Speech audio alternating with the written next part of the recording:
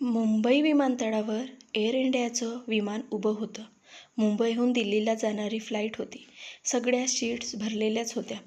स्वातीनं गौरवबरोबर विमानात प्रवेश केला. गौरव व्हीलचेअरवर होता.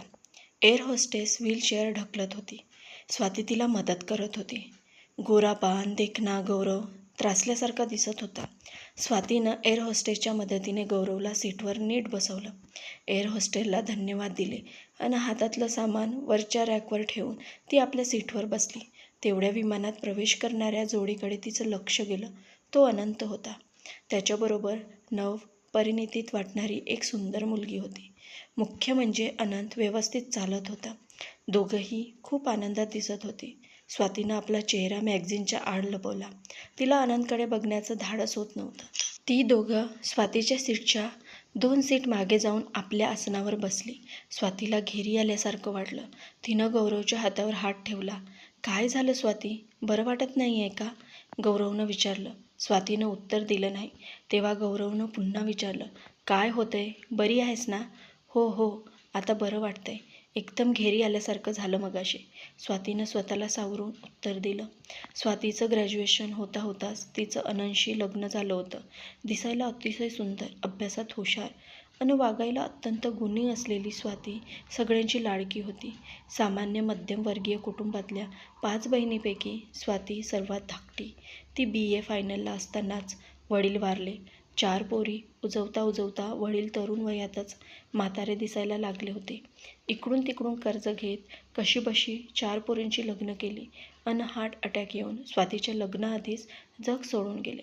निरक्षर गरीब घरातील मुलगी असलेली स्वातीची आई या धक्क्यानं अंथरुणाला खिळली. 4ही बहिणींना काळजी पडली की बाबापाठोपाठ आई या जगातून गेली तर स्वातीचं कसं होणार, तिला कोण बघेल? कारण या चौघीही तशा सामान्य कुटुंबातच दिल्या गेल्या होत्या. त्यांनी ठरवलं स्वातीचं लग्न लवकरात लवकर करायचं. मुलं बघायची मोहीम सुरू झाली. पण वडील वारलेले, भाऊ नाहीच हे ऐकून अनेक स्थळ मुलगी न बघताच नकार द्यायची. कुणाला मुलगी पसंत पडली तरी देण्या-घेण्यावरून बोलणी फिसकटायची. लग्नात खर्च करायला आईकडे कुठं पैसा होता? बहिणीही गरिबीतच राहत होत्या. त्या तरी उचलून काय मदत करणार होत्या? स्वाती त्यांची समजूत घालायची. तुम्ही माझ्या लग्नाचं टेन्शन घेऊ नका, होईल माझं लग्न. एकदा स्वातीसाठी मुंबईतल्या एका फार मोठ्या उद्योगपतीच्या घरातून स्थळ आलं.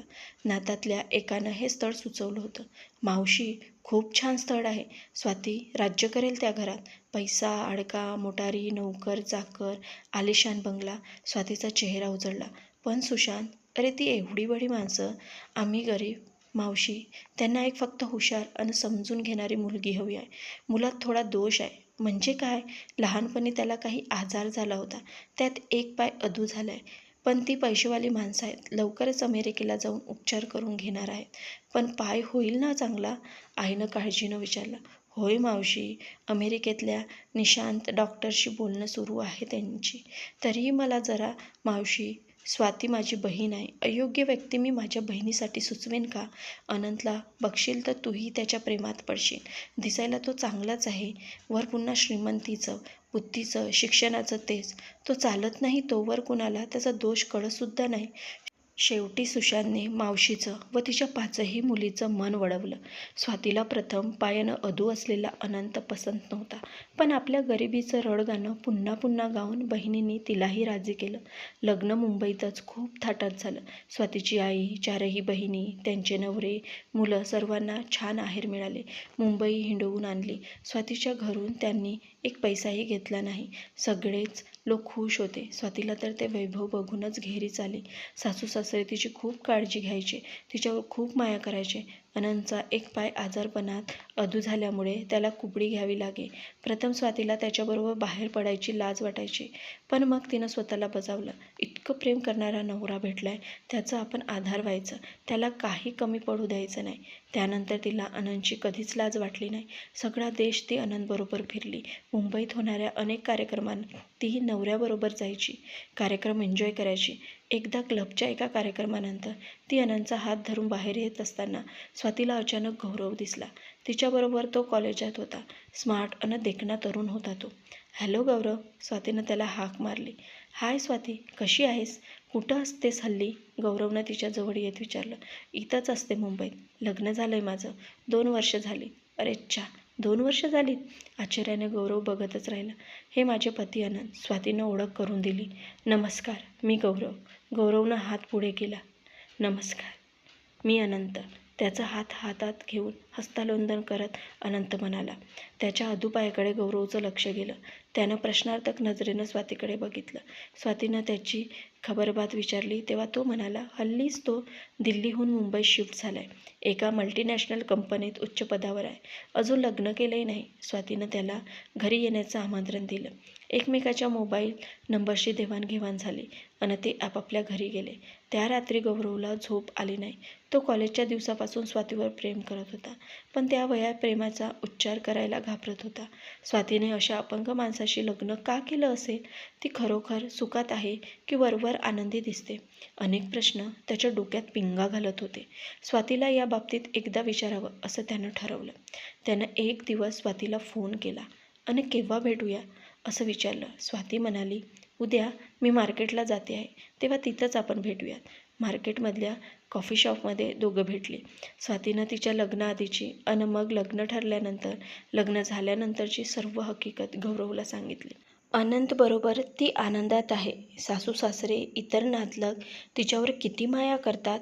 शिवाय अनंतच्या कोट्यवधीचा टर्नओव्हरचा बिझनेसही ती बघते वगैरे अनेक गोष्टी गौरवला सांगितल्या. स्वातीच्या गरिबीमुळेच तिला ही तडजोड करावी लागली असली तरी ती आता अगदी सुखात आहे हे बघून गौरवला आश्चर्य वाटलं. त्या दिवशी तिला परतून यायला नेहमीपेक्षा जास्त वेळ लागला. तिनं ड्रायव्हरलाही सोबत नेलं नव्हतं. त्यामुळे अनंतला खूपच काळजी वाटली. अनंत तिला मोबाईलवर फोन लावत होता, पण गाडी ड्राईव्ह करत असल्यामुळे स्वातीनं फोन उचलला नाही. घरी आल्यावर अनंतची क्षमा मागून स्वाती म्हणाली, अनंत, तुमची स्वाती आता मुंबईकर झाली आहे. पूर्वीसारखी घरगुती घाबरट स्वाती नाही आहे ती. गौरवशी स्वातीच्या भेटी वाढल्या. गौरव घरी येऊ गेला. अनंतनं त्याला मित्रासारखीच वागणूक दिली.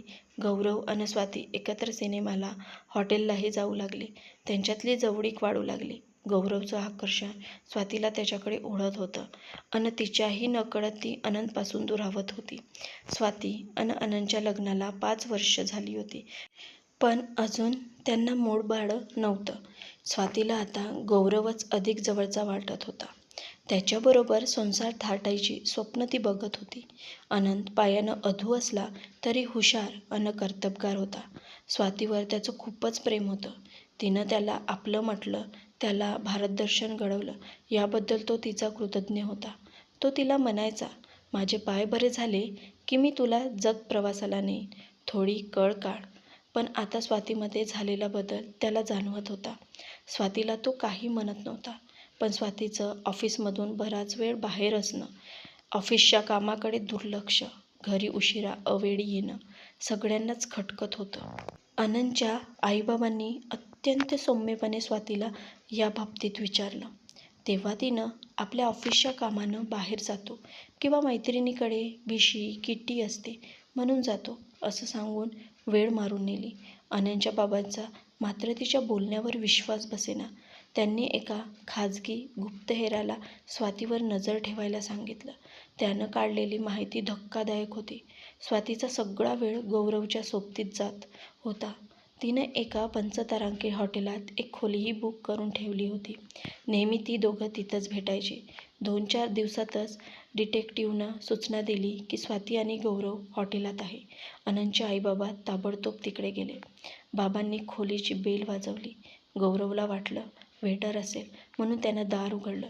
दारात त्या दोघांना बघून तो एकदम गांगरला. त्याच्या पायाखालची जमीन सरकली. तुम्ही कसा बसा बोलला?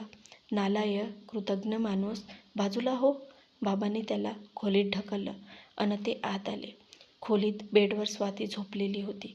संतापलेल्या सासू सासऱ्यांना अवचित असं समोर बघून ते धडपडून उठून बसले. स्वाती, काय चाललंय हे? सासूनं दरडावून विचारलं. स्वाती खाली मान घालून उभी होती.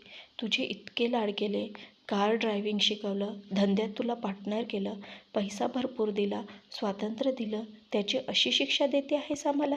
सासरे गरजले. होय, हेच सत्य आहे. सगळं आयुष्य मी तुमच्या अपंग मुलाबरोबर नाही काढू शकणार. मला सुदृढ जोडीदार हवाय. कुठवर मी सहन करू. एकाएकी स्वातीनंही रुद्रावतार धारण केला. तर मग राहा त्यांच्याच बरोबर. यापुढे आमच्या घरात तुला जागा नाही, सासूनं म्हटलं. सासू सासरे तिथून तडक घरी पोचले. घरी जाऊन त्यांनी अनंतलाही सांगितलं. रात्री स्वाती घरी आली. आता माझ्या आयुष्यात तुला स्थान नाही, अनंतनं म्हटलं. दुसऱ्याच दिवशी अनंतच्या नावानं एक चिठ्ठी लिहून ठेवून स्वातीनं घर सोडलं. गौरवबरोबर जाते आहे. तुम्ही दिलेल्या प्रेम, आदर, पैसा, स्वातंत्र्य व सर्वच गोष्टीसाठी आभारी आहे.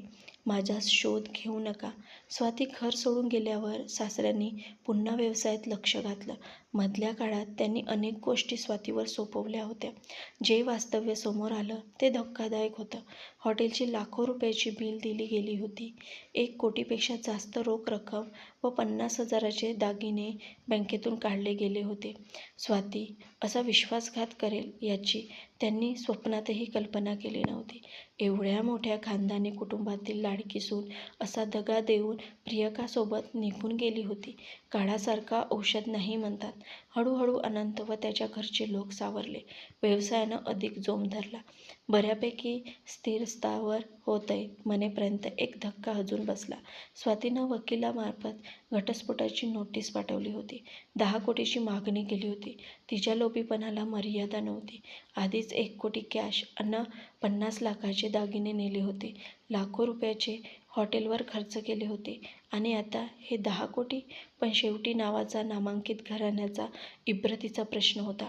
अनंतनं व त्याच्या आईबाबांनी निर्णय घेतला की परस्पर संमतीनं घटस्फोट अन् पोटगी म्हणून 8 कोटी रुपये देऊन ही व्याध आयुष्यातून कायमची घालवावी. 8 कोटी रुपये घेऊन स्वातीनं अनंतला घटस्फोट दिला. तिनं गौरवशी लग्न केलं. ती आनंदात होती. भरपूर पैसा होता. चेन चालली होती. हातात फुकटचा पैसा आल्यानं गौरवनंही नोकरी सोडून धंदा सुरू केला होता. पार्ट्या, सट्टा, दारू यात भसाभस पैसा संपत होता. त्यातच एक अपघात घडला. गौरव बाईकवरून खाली पडला आणि मागून येणारी बस त्याच्या पायावरून गेली. पायाचा पार भुगा झाला. स्वातीला कुणीतरी कळवलं. धावत हॉस्पिटलमध्ये पोहोचली. गौरवचे काही मित्रही आले होते. डॉक्टराच्या टीमनं स्वातीला सांगितलं की गुडघ्याखाली त्याचे पाय कापावेच लागतील. हे ऐकून स्वाती स्तब्ध झाली. नोकरी गेलेली, मन पूर्ण खर्च केल्याने पैशाची चणचणच निर्माण झालेली. दोन्ही पाय गेल्यामुळे गौरव खूप चिडचिडा झाला होता. त्याला वाटे स्वातीनं सतत त्याच्या जवळ राहावं. त्याला जुने दिवस आठवायचे. जेव्हा तो धडधाकट होता तेव्हा स्वाती अनंतला सोडून त्याला भेटायला यायची. आता तो अपंग होता. अनंतला निदान आधार द्यायला आई-वडील, व्यवसाय, अफाट संपत्ती होती. गौरवकडे तर काहीच नव्हतं. जरा स्वाती इकडे तिकडे गेली की तो घाबरावायचा. कुणाकडे गेली होतीस? कशाला गेली होतीस? तो तिच्यावर ओरडायचा. स्वातीला वाईट वाटायचं. तिच्या केलेल्या चुकाची शिक्षा ती भोगत होती. तिला अनंतची आठवण यायची. पण आता काय उपयोग होता? गौरवच्या उपचारावर फार पैसा खर्च झाला होता. आता मुंबईत राहणं अवघड होतं. दिल्लीला परत जाऊन तिथं काहीतरी व्यवसाय करावा असा निर्णय त्यांनी घेतला. दिल्लीला काही जुने मित्र होते. त्यांनी आधार द्यायची तयारी दाखवली. दिल्लीला जाण्यासाठी स्वाती व्हीलचेअरवरून गौरवला घेऊन विमानतळावर आली होती. तिचा भूतकाळ तिच्या चुकीनं तिनं उद्ध्वस्त केला होता. जे आता हातात होतं ते तिला घालवायचं नव्हतं. एक्सक्यूज मी मॅडम, तुम्ही बेल्ट बांधायला विसरलात, एअर होस्टेसनं स्वातीला म्हटलं. थँक्यू, स्वातीनं म्हटलं. तिने मागे वळून बघितलं. अनंत आपल्या सीटवर शांतपणे बसला होता. चेहऱ्यावर प्रसन्न हास्य होतं. त्यांची बायको त्याच्या खांद्यावर डोकं टेकवून झोपी गेली होती. स्वातीला वाटत होतं आज ती स्वतःच अपंग झाली आहे. मित्रांनो, तुम्हाला कथा कशी वाटली हे कमेंट्सद्वारे नक्की कळवावे. व चॅनलवर नवीन आले असाल तर आपल्या विना व्हॉइस मराठी स्टोरी या चॅनलला सबस्क्राईब करायला विसरू नका. आपण संपूर्ण कथा शेवटपर्यंत ऐकल्यामुळे आपले मनापासून धन्यवाद.